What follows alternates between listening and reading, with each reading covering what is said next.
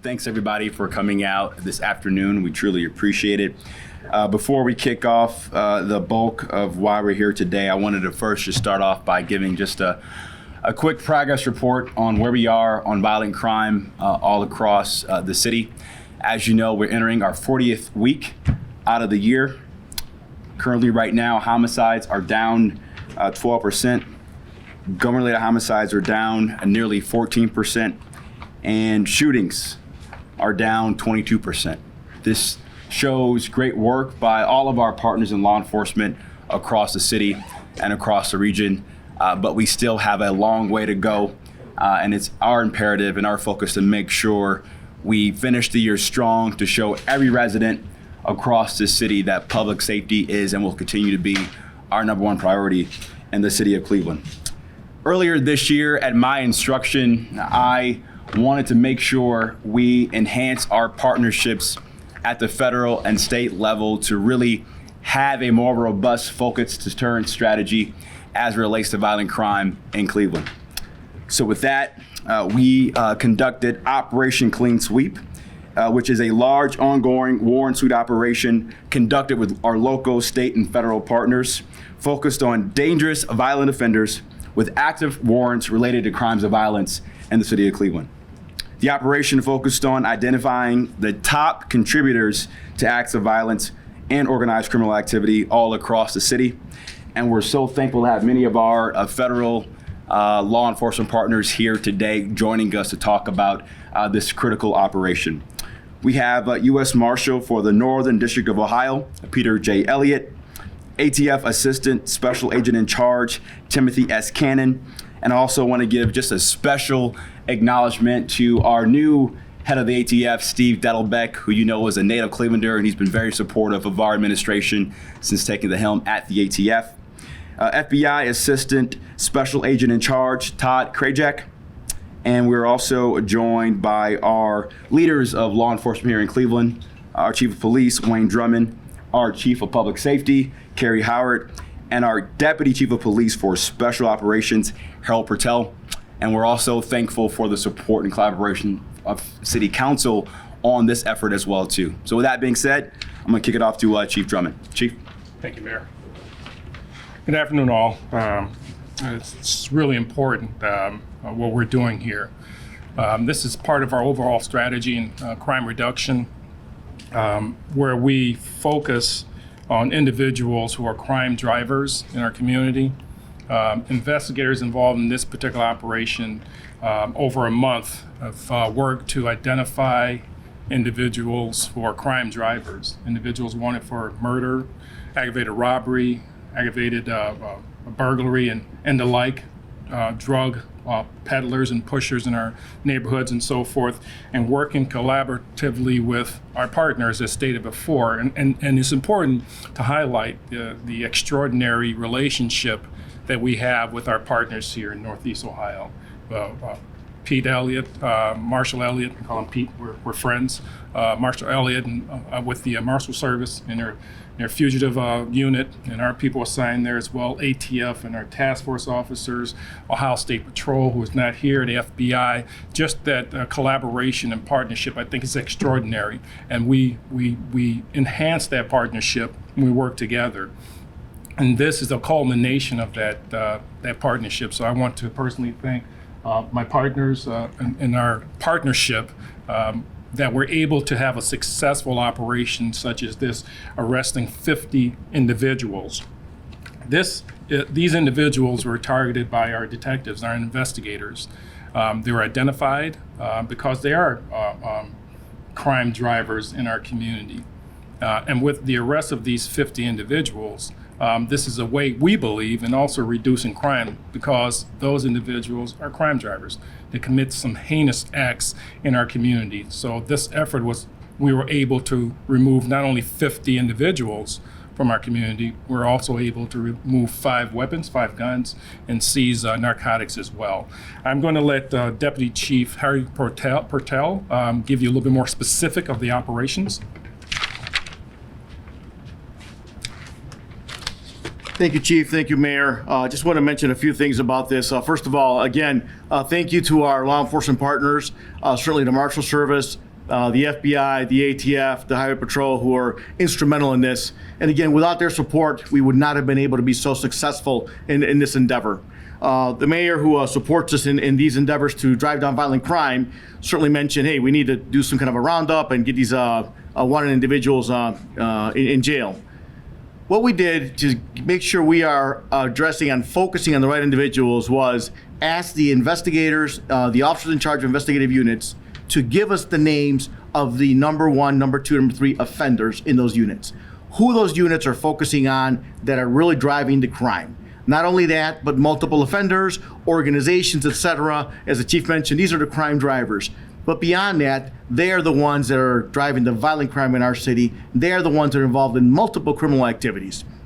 We started this probably a good month and a half ago, came together a few times, and in those meetings, we drove down to make sure we were looking at the right individuals. Countless amounts of staff hours went into that, not only on behalf of Cleveland Division of Police, but our partners, certainly from the FBI task forces, Marshals Task Force, the ATF Task Force, to make sure that we were going down the right road and we had the right information. Key to this, when you're doing fugitive apprehension, it's not as simple as in olden days. Here's this name, go look for this guy, knock on the door. It's not that simple. And again, it's a new world, so we use a wide array of technology and resources. But I will tell you, the other success to this, the most important part of the resource was the community. And if you're not familiar with 25 Crime Stoppers, please go on the website. There's an app for it. There's a way to report information anonymously, and obviously there's reward involved. That number is 252-7463. That's area code 216-252-7463.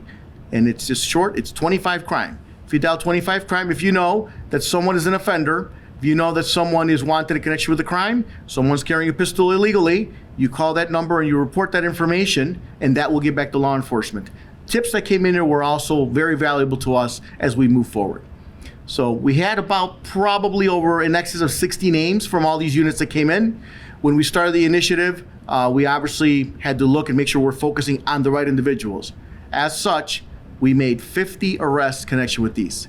We have 12 individuals that are still we're working on, and we're in contact with a few of them. Some people want to have safe surrender. We're all in favor of that. If anyone is wanted, please contact your local police department, Marshal Service. If you want a clergy to walk you in, safe surrender is ideal. But if not, the message here is that anyone who engages in these activities is going to be obviously eventually brought to justice. And what I want to be clear on is we didn't go out looking at corners, out just hunting for people. This was a collaborated, coordinated effort for individuals who were wanted for crimes. They had warrants for their arrest because they have committed egregious crimes in our city. Not only in our city, but beyond. There are a few of those who were from bordering cities who also offended in the city of Cleveland. So the value here is that these individuals were removed from our communities. And as a result, like Chief mentioned, we also seized some weapons, seized some narcotics, and identified additional individuals that we can follow up on other investigations. So if you have anything to report, please, 25 Crime. Public is our greatest partner in this. There are more eyes and ears in the public than we have here. But again, thank you to our partners.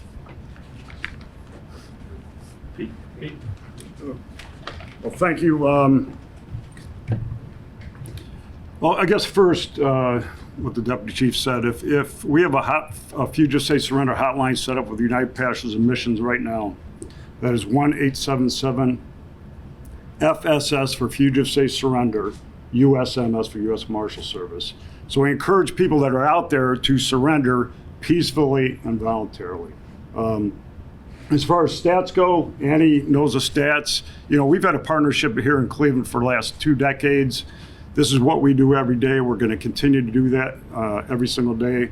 You know, I want to personally thank, you know, it's easy for us to stand up here and take credit for what happens, but I want to thank the men and women of the Cleveland Police Department, the agents from ATF, FBI, DEA, who participate in this, deputy marshals, the sheriffs. I want to thank them for the job that they do every single day out there. So, you know, our hats go off to them. Thank you. I also want to take the time to thank the members of the Division of Police, all of our law enforcement partners, the ATF, Marshal Service, DEA, Ohio State Highway Patrol, the County Prosecutor's Office in making this happen. This was a tireless effort. A lot of hours were put into this. A lot of research was put into this. We want to thank the community as well for collaborating with us and providing us with intelligence that we can use to take 50 violent bad actors off of the streets. The people of Cleveland deserve a safe city, and we're here to make sure that we do everything that we can collaboratively, that we deliver a safe city. So just to wrap up today's press conference before we take a couple questions, as everyone mentioned here this afternoon, this is a prime example of good police work. Sharing information at every level, collaborating with the unified strategy to make sure we target violent criminals across our city. This is just the beginning. We want to continue this enhanced partnership with all of our partners that are here this afternoon. And as mayor of this city, I need the residents of Cleveland to know something very important. I will use every tool in my arsenal to keep our city safe. That's my responsibility as your mayor, and that's the mandate that we all up here on stage will deliver on as we do the hard work of the residents of Cleveland every single day. So again, thanks to all of our partners. Thanks to the hardworking men and women of the Cleveland Division of Police. We owe you a major debt of gratitude for your hard work and service every single day. And with that, we'll take a couple questions. Mayor? Yes, sir. Picking up on what you just said there, given the number of violent people on the streets and given the shortage of police officers in the city of Cleveland, why did you take 2 Cleveland police officers to Washington, D.C., to the White House for your own personal security? As I said before, Ed, the Cleveland Division of Police sets out protocols for my safety. I'm not going to comment on my safety, but know that as you saw today, we are doing everything we can to keep our city safe. Next what about question. The use of the resources? Can you speak to that? The use of Next the police question, and please. the money for that? Hey, Mark. My question is for Safety Director, if you don't mind, Mayor. Mr. Howard, can you elaborate, last week in one of the council safety committees about an advisory committee on technology? You know when that'll be released and information be forthcoming? No, so the information is going to be forthcoming. The mayor is taking the recommendation from the monitor and has instructed that an advisory committee be put together to address technology, to look at technology and its effects on the city of Cleveland, on minority communities. So that will be coming out sometime soon. Thank you. I have one quick follow-up. Sure. Given the serious allegations against Commander Butler, why is he not restricted as lesser officers have been pulled out of patrol cars for less serious allegations? Given you guys operate on honesty and integrity, given what's going on in this country, he's got some serious allegations. Why is he not on restricted duty? Well, that is a matter that is still under review. A disciplinary hearing, a pre-disciplinary hearing has been set. I don't want to comment on it, but I do want to say that a lot of thought went into looking at the charges and looking at Commander Butler's history with the Division of Police, and we see it fit to leave it as is for now. Thank you. I want to just add to your first question, Mark, about surveillance technology and its impact on our residents and their concerns about civil liberty, particularly in our Black and brown communities across the city of Cleveland. We take those concerns very seriously across our entire administration. As the director mentioned, we are looking at the monitor's recommendations to determine what we can do in an aggressive way to address those concerns. We intend to put together a community advisory committee to make sure that residents and key experts are around the table to make sure our policies and protocols are in place to protect those concerns. But as I said before, when we're talking to the residents of Cleveland, particularly where we see high rates of violent crime, they are imploring us to use every tool in our arsenal to keep the city safe. And so we will continue to do that, but we take any concern around civil liberty very seriously. And we want to make sure we address those concerns in an equitable way for all of our residents to give them confidence that we're doing this in the right fashion. Yep. Mayor, are you able to talk to us a little bit about some of the most violent offenders that were taken off the street? I'll let Deputy Chief Patel and maybe the Chief of Police discuss a little bit more about that. Thank you, Mayor. Yes, we had offenders ranging from murder, felonious assault, rape, aggravated robbery, and many of those were multiple aggravated robberies, multiple felonious assaults that were removed from the streets. And obviously, those arrest records are part of the public record. Can you guys be releasing those like you guys have done in years past, mug shots and all the charges or anything like that? Yes, we have that. It'll go through the PIO's office, yes.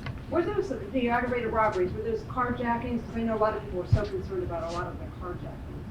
Some of those were, and certainly we will identify those beyond just a aggravated robbery as a carjacking, but they certainly had the whole range of gamut for those 50 individuals of serious crimes. If I can also jump in, as stated before, these were crime drivers. I mean, when we put this plan together at the mayor's request, we made sure that we spoke with our investigators. I mean, they're the boots on the ground. They're doing the hard work every day. So for them to identify in all 5 districts, those crime drivers, the ones that are the carjackings, the murder, and so forth. So we had them identify those individuals. We targeted those particular individuals and removed them from our community. And we have 12 still out there, but the whole point about this is that it's a targeted laser-focused approach to identify individuals. Again, from the investigators, they note these individuals are out there committing multiple offenses and so forth, violent offenses, and that's why they were targeted, and that's why they were removed from our community. And I don't know, Chief, if you can answer the safety or the mayor, but the homicide numbers, I've been keeping track of those, and last year there were 132 at this time. This year I have 130, which doesn't seem to be adding up with what you guys are. We have again, we're down like the mayor stated, but again, it's important that we make sure that we understand any one homicide is one too many. So currently we're about 130. We had a homicide that occurred over the weekend, which pushed us to 130 homicides that's occurred so far in our city. So that's not the 14%. The mayor said 12%. Yeah, that doesn't sound like 12%. I mean, those are the numbers in the Sorry. homicide unit today. Okay. Go ahead. Yeah. So for clarification, the numbers that we utilize are numbers that we have in communication with the FBI and working with the county examiner's office. And when it comes out to what is ruled a homicide and what is ruled something else other than a homicide, we work on different numbers, very closely monitored in communication with those other entities. So that's where our numbers come from. And all that data is available to the press every single week. Yes. I'm Right, sorry? and that is the numbers that I'm getting, that's why they're just not adding up the same. Well, what we do is we have a what's called a Serp Report. And then this report comes out and it lays out all the priority one, the part 1 crimes in the city. And our numbers there are diverse, but our numbers are very consistent with what the mayor just gave you. And that's the again, without going into too much, it's in communication with the medical examiner's office and looking at what the FBI considers homicides. We were looking at the numbers that are actually called out for the homicide. We're looking at the numbers of cases when the homicide unit was actually called out. So just because the homicide unit is called out, they are called out for those, but it may not be ruled a homicide. It may be something else. Like the homicide unit is called out for suicides, right? So once the homicide unit comes out and they start their investigation, then everything kind of filters out to where it's supposed to be. I have one more question for the chief, or safety director, and that is, I know you guys just spent a month, going after the worst of the worst. But when you look at the staffing report, the fugitive unit for the city of Cleveland has 0 officers in it. And I know you have people dedicated with some of these different task forces and so forth, but my question is, while you went after the worst of the worst in the last month, many, many other people are not being searched for on a daily basis. That's not accurate, Ed. We have the marshal service that our officers are assigned to, which their main focus is obviously fugitive apprehension, and quite honestly, they're very busy with aggravated robbery warrants. We also have in our districts our violent crime reduction teams. They look for people on warrants. We have our NICE unit. They also look for individuals on warrants. More specifically, they look for individuals wanted on domestic violence warrants and so forth. And they work hand in hand with our domestic violence unit as well as the courts to look for those individuals. So we're consistently looking for individuals wanted on warrants, coupled with we receive information almost daily about individuals wanted for various crimes, and our officers go out and look for those individuals as well. But how effective can you be with that when, for instance, the NICE unit is down at like 1/3 or 1/4 of the staffing than it should be because of the Yeah. staffing in Well, Cleveland Police. I can tell you that we have some very dedicated individuals in those particular units. Although we don't have full staffing in those particular units, those individuals work very diligently and very hard to find individuals. Just like here, this partnership that we had with our partners here, we're able to identify people, move slow, identify them, remove them from our communities and so forth. But those individuals in our violent crime reduction teams, our CSU, nice unit and so forth, they get together collaboratively as well, and they work together, identify individuals, and then remove them from our streets as well. Okay. Mayor, can Thanks, everybody. Appreciate it.